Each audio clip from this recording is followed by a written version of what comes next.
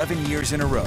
In the weather world, it's been an active day. We knew a lot of moisture would be present, but folks in Sandy were like, that's heavy rain. Yes, this was within the last hour. Andy Heyer catching this as a thunderstorm rolled through South Salt Lake County, headed over I-15, moved into Draper, and it packed a punch. Satellite radar shows us how that moisture continues to track to the northeast thanks to our southwesterly flow, which is going to pick up in the next couple of days. We see those storms blossom throughout the central portion of the state. Heavier rain on the eastern side of the state, where we're seeing that in the basin and towards Flaming Gorge. All right, in the weather world, we've got a couple of things to hit on. Those strong storms out there right now, the active warnings, I'll tell you what to expect because many of them hold on for the next hour. Our fire concerns are on the rise as we head into the holiday weekend, and it's not just because of firework use. Mother Nature coming in with some threats. We're going to talk about your 4th of July weekend as you make those plans.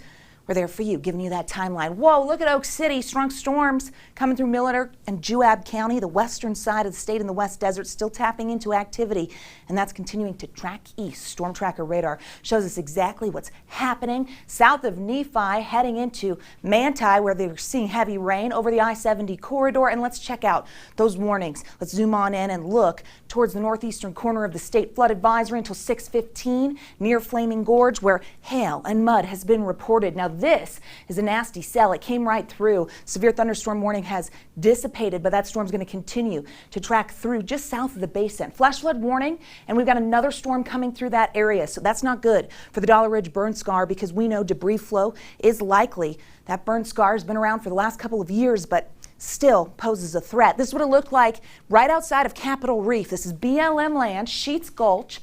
And you can see the flooding. These dry washes with these heavy storms start to flood, and it's a muddy mess down there in southern Utah. The flash flood warning for Capitol Reef has lapsed, just expired, but you can see storms still out there from Nephi down to Richfield, as well as over Grand Staircase and stronger storms near Lake Powell, and then over I-70 down into Hanksville. Those continuing to track to the east. Our probable threat for flash flooding at many of our parks, possible at Zion, Bryce, and Arches, but we know that's going to hold on as we head into tonight. The moisture's in place, and this is monsoon moisture. It comes up from the south, and we have deepest moisture on the eastern side of the state. That's where we're going to see it into tomorrow. Isolated storms are possible, most likely east of I-15 as drier air starts to want to move in from the west. Here's a timeline of what to expect tonight. Maybe just a few isolated pop-up storms. As we head into tomorrow, a lot of that moisture becomes even more isolated in nature, but it sticks around, and we know those storms pack a punch.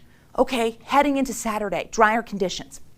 Pretty dry on the western side of the state, and you can see how we just get a little bit of lingering activity over in eastern Utah, but the winds then start to pick up. That amps up fire danger with a new fire weather watch for the West Desert. Fire concerns will stick around through the holiday, so a heads up if you're going to be out and about recreating. Blowing dust possible in those areas as well. 90s for tomorrow, 95 in Moab, 100 in St. George, which is average. This time of year, triple digits hold on.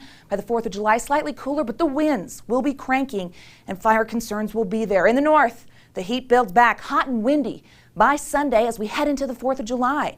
In northern Utah, those temperatures will be above average. Usually this time of year, we're at 90. Next 7 days, we're going to be way above that. Cooking just a little bit with drier conditions setting up, but fire concerns holding on. Glenn, Emily, over to you. All right, thank you so much, Alana. Time now for